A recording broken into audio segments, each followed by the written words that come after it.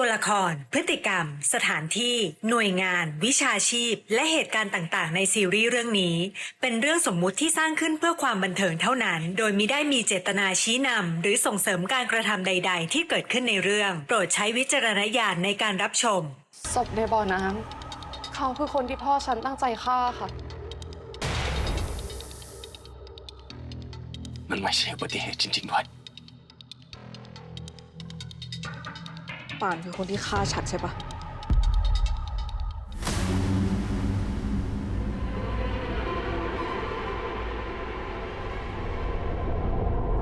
พี่ชมพูพูดอะไรอะคะ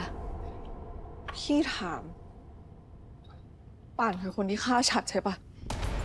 ถ้าโลกนี้คือการแข่งขัน กฎหมายก็คงเป็นกติกาที่ตีกรอบไว้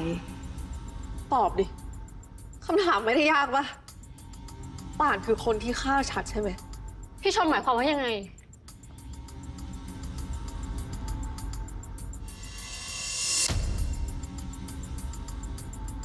เนี่ยคือป่านไงแล้วคืนนั้นที่บาร์คนที่ปลอมตัวเป็นฉันมาบิ้วให้พี่กระโดดลงไปตายมันก็คือป่านใช่ปะ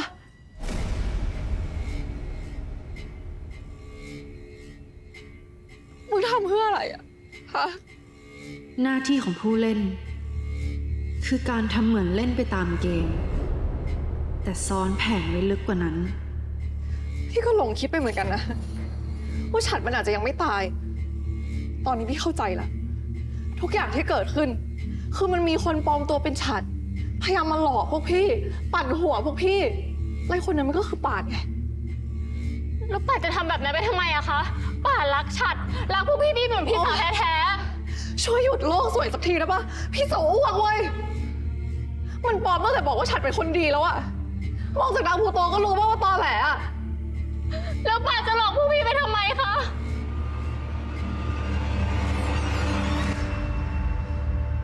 ถึงแม่งจะไม่มีใครพูด แต่ทุกคนก็รู้ปะว่าป่าน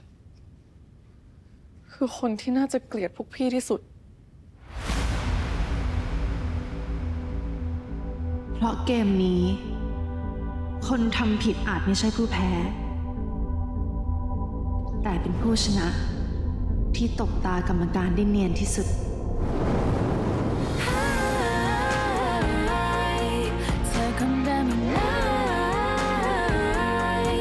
แค่คนเดียวที่รักคนเดียวที่ไว้ใจมีแต่คนที่รักเป็นคนทำร้ายคำว่ารักมันหายใจมันสลายไม่มีแล้วคนนั้นคนเดียวที่ไว้ใจคำว่ารักจะดีไม่มีความหมายเมื่อเธอเป็นคนทำลาย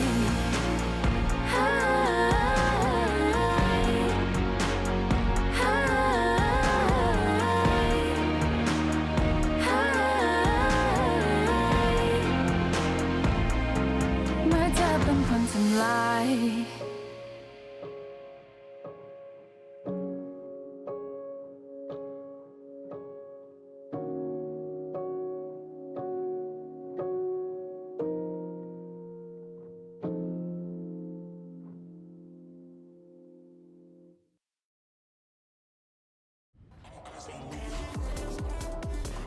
ป่านมาถึงแล้วอยู่ไหนเนี่ย เข้ามาเลยโต๊ะในสุด เดินเข้ามาเลย โต๊ะข้างในอ้าวเจอแล้ว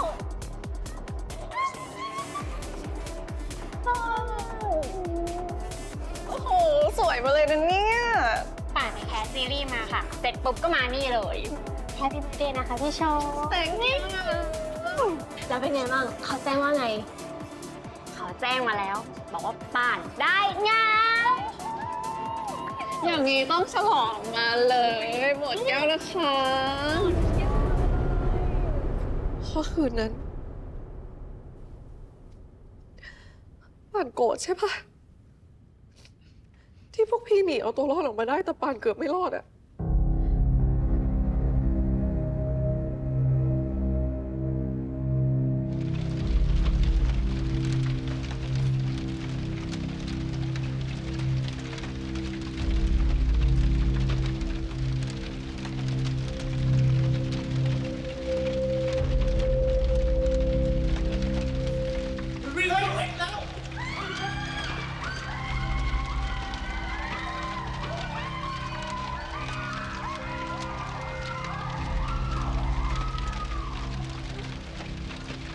พี่ชมหายไปไหนชัด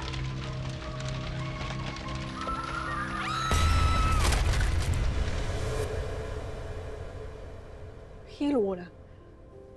ว่าป่านอยากเป็นนักแสดง ป่านอยากเข้าวงการเหมือนพี่เหมือนฉัด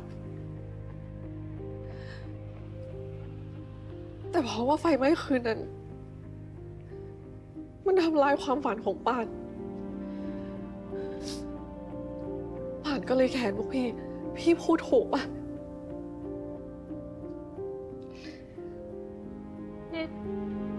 พี่คิดว่าป่านเกลียดพี่เพราะเรื่องนั้นจริงๆเหรอคะแค่ทุกวันนี้ป่านอยากไปไหนมาไหนตามใจป่านยังทำไม่ได้ยังทำไม่ได้แล้วป่านจะไปฆ่าฉัดฟ้ายังไง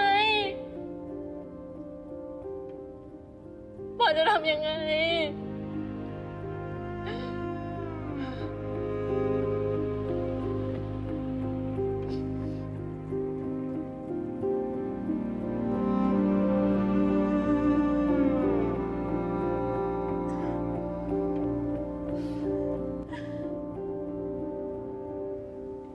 ป่านเดินไม่ได้จริงๆใช่ปะ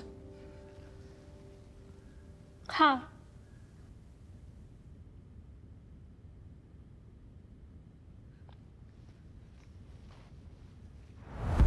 พี่ชมไปทำอะไรคะพี่ชมจะทำอะไรป่ะพี่ชมพี่ชมพูจะทำอะไรอะคะพี่ชมพูคะพี่ชมพูอย่านะคะพี่ชมพูพี่ชมพูจะทำอะไรป่ะนะคะ ก็จะลองดูไงว่าขามันใช้ไม่ได้จริงหรือเปล่า อย่านะคะ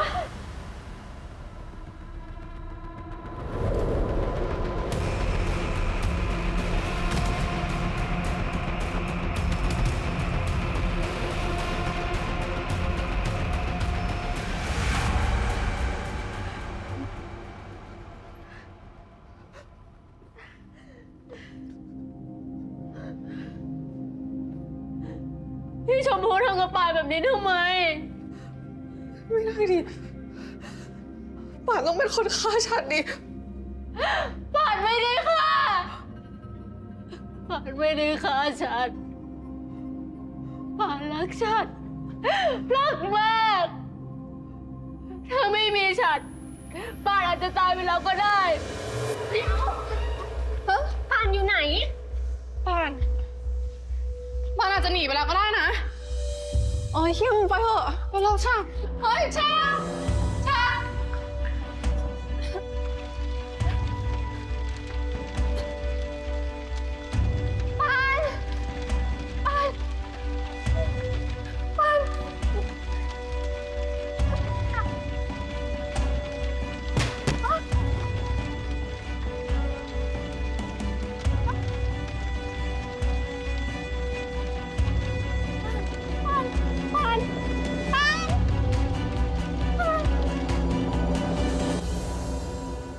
คือผู้มีพระคุณของป่านถ้าวันนั้นฉันไม่กลับไปช่วยป่านคงไม่รอดมาถึงตรงนี้หรอก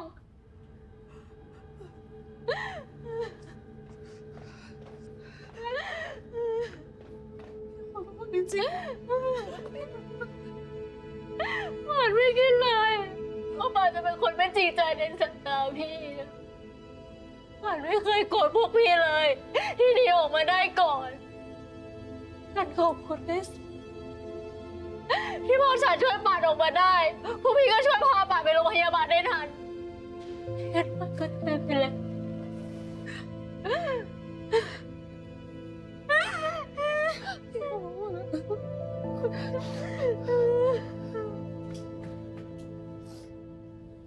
เกิดอะไรขึ้น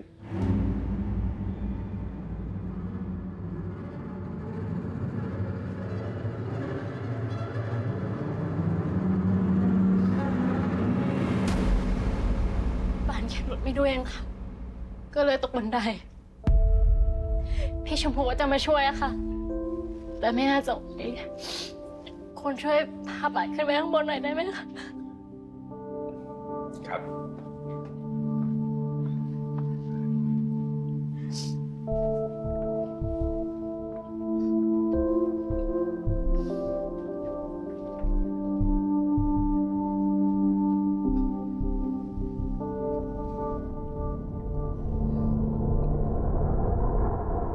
ในบ่อน้ำอย่างนั้นเหรอครับ ค่ะ ที่ตรงนั้นเคยเป็นบ่อน้ำมาก่อน แต่มันก็ถูกฝังกลบไปหลังจากที่เกิดเหตุ แล้วศพนั้นเป็นใครทำไมคุณถึงบอกว่าเขาคือต้นเหตุของเรื่องราวทั้งหมดล่ะครับ ความทรงจำของฉันเกี่ยวกับผู้หญิงคนนั้น มันเลือนลางมากค่ะ เพราะตอนนั้นฉันยังเด็ก แต่ที่ฉันจำได้แม่น คือเขาเป็นคนที่ใจดีมาก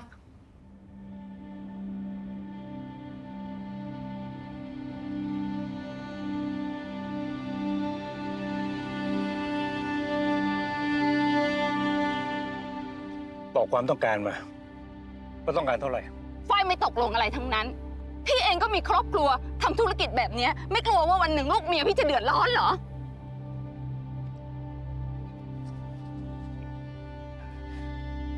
พี่ว่าเราเข้าไปคุยข้างในดีกว่า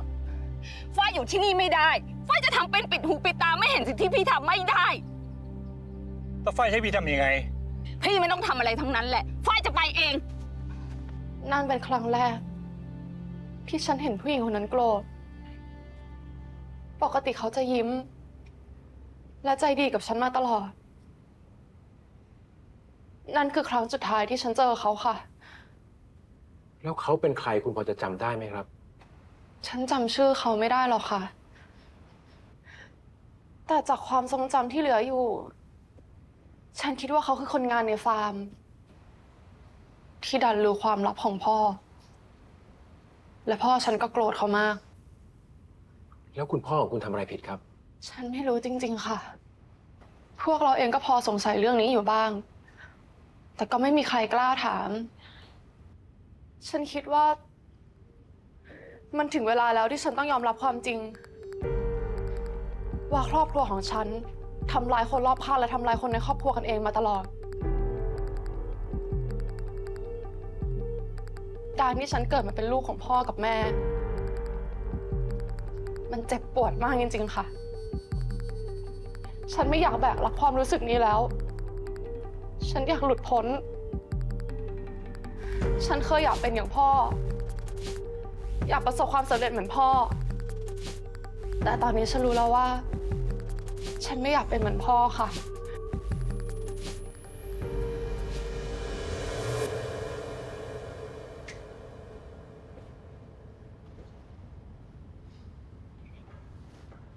คุณจะหลบหน้าฉันไม่ถึงเมื่อไหร่ ก็จนกว่าจะไม่ต้องเจอคุณอีก ฉันขอโทษ จะให้ฉันขอโทษเป็นพันครั้งเลยก็ได้ แต่มันเป็นเพราะว่าตอนนั้นฉันยังไม่พร้อมที่จะทิ้งชีวิตและความฝันของตัวเอง คุณเลยยอมทำทุกอย่าง เพื่อให้ตัวเองหลุดพ้นจากการเป็นผู้ต้องสงสัย ยอมรับเถอะว่าคุณรักแต่ตัวเอง ครอบครัวของคุณแม่งโคตรบิดเบี้ยวเลยเว้ย พวกคุณทำอะไรก็ได้ ให้ตัวเองรอดจากสิ่งที่ตัวเองเคยทำไว้ คุณโกหก จะหลอกใช้คน จะปั่นหัวผม คุณทำได้กระทั่งให้ตัวเองเจ็บตัว หลอกแม้กระทั่งตัวเอง ว่าคุณจะเป็นต้องทำเพื่อตัวคุณเอง นี่ใช่ไหม ความคิดของคนรวยที่เห็นแก่ตัว คุณจะด่าฉันอะไรคุณก็ด่ามาเถอะ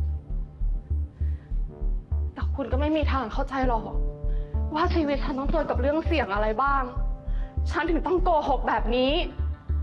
คุณบอกว่าชีวิตคุณเสี่ยง คุณเลยต้องโกหก แล้วชีวิตคนอื่นล่ะ ชีวิตคนอื่นที่ต้องมารับผลกระทบจากคำโกหกของคุณ มันไม่มีค่าเลยใช่ไหม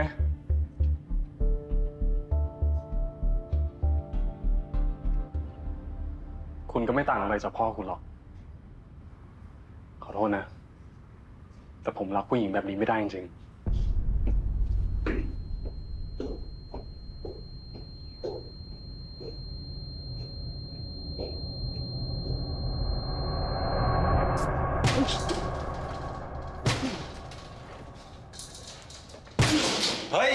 มึงใจเย็นดิ กูน่าจะรู้ตั้งแต่แรกแล้วอะผู้หญิงระดับนั้นจะมาสนใจกูได้ไงวะเขาต้องยอมทำเพื่ออะไรสักอย่างอยู่แล้ว กูว่าเขาอาจจะไม่ได้ตั้งใจขนาดนั้นก็ได้นะเว้ย แต่ที่เขาต้องทำในสิ่งที่จำเป็นอะเพื่อเอาตัวรอดไงมึง แล้วกูก็เชื่อนะว่าเขายังพูดไม่หมด ทำไมวะมึงว่ายังมีอะไรอีกอะ มึงจำโครงกระดูกที่เราเจอได้ปะมันเป็นเพราะกล้องวงจรปิดจับภาพผู้ชายคนนั้น เหมือนมาขุดหาอะไรบางอย่างอยู่ใช่ไหม ถ้าเกิดว่าสิ่งที่เขาทำไปเพื่ออยากให้เราเจอโครงกระดูกล่ะ เป็นไปได้ไหมวะ ผู้ชายคนนั้นโครงกระดูกที่เราเจอกับการตายของคุณฉัตรฟ้าเนี่ยจะเกี่ยวข้องกันทั้งหมด และคำให้การของคุณพิชานะบอกว่าโครงกระดูกที่เราเจออาจจะเป็นคนงานเก่าที่เคยทำงานกับพ่อเขาก็ได้ ซึ่งเรื่องมันก็นานมากแล้ว คนงานเก่าๆก็ลาออกกันไปหมดแล้ว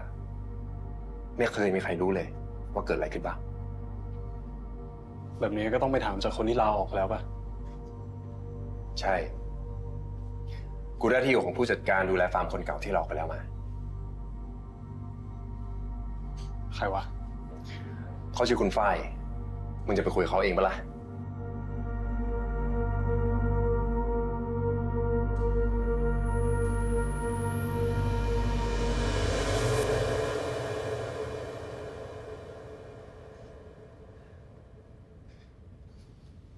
นี่มันคือฆาตกรรมพ่อคุณตั้งใจฆ่าปิดปากพ่อผม ต่อให้ฉันจะบอกว่าฉันเข้าใจคุณ แต่มันคงยังไม่ถึงครึ่งกับที่คุณรู้สึก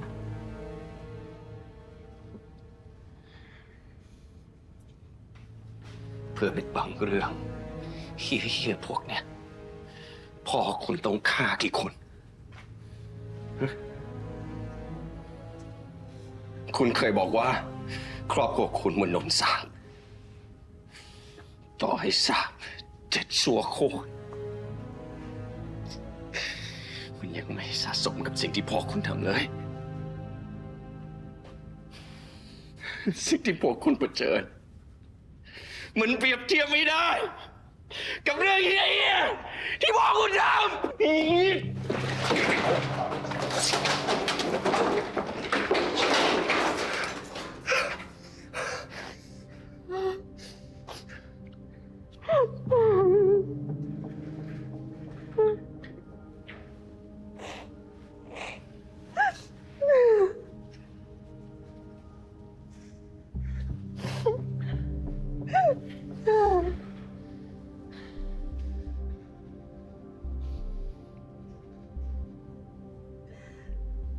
ฉันรู้ว่าคำว่าขอโทษมันอาจจะชดใช้เรื่องที่เกิดขึ้นไม่ได้ แต่ฉันทำอย่างอื่นไม่ได้แล้วจริงๆ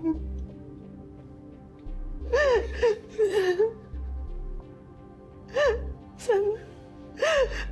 ขอโทษนะ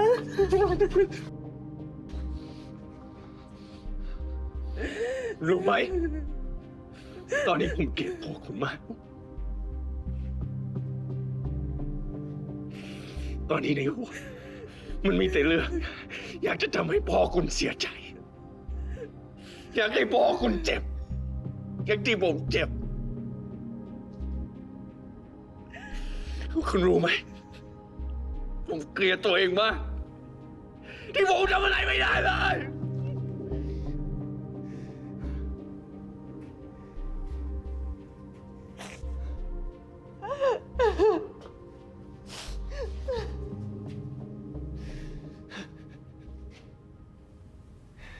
ทันทีที่จบเรื่องนี้ ผมจะไปจากคุณ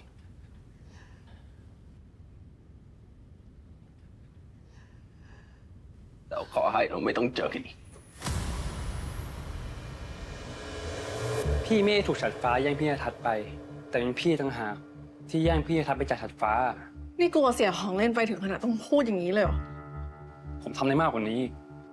คิดผิดจริงๆที่คิดว่าเชื่อใจได้